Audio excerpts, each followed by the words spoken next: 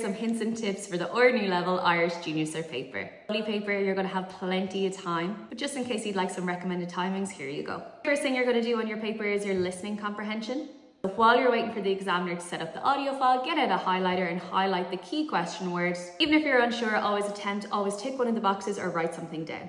In regards to the best way to study for the listening comprehension and the reading comprehensions is know your question words. The best way to study these is getting little flashcards, having the question word on one side, the English answer on the back, and learn them off that way. It's really, really effective. My second biggest tip for preparing for these, for the listening and the reading, is practice every single reading comprehension and listening comprehension in your papers. Remember, on your two longer reading comprehensions, the last section is usually creative, so be prepared to write a little photograph, like an ad for a concert or whatever the reading comprehension is on, and sometimes it can come up as an email as well. So know your little phrases for an email, just in case. A guaranteed question on the paper is a text message in which you are given a photograph like this and you have to send a text message to your friend inviting them to go to the event. The majority of information is on the photograph itself. Here are some lovely little phrases to help you. Remember, you always have to invite your friend to the event. Please try and fill the box. Extra information to bulk up your answer by saying, for example, after the event, would you like to go to the cinema? Or after the event, would you like to go for a meal? Guaranteed question, make sure to know your sayings.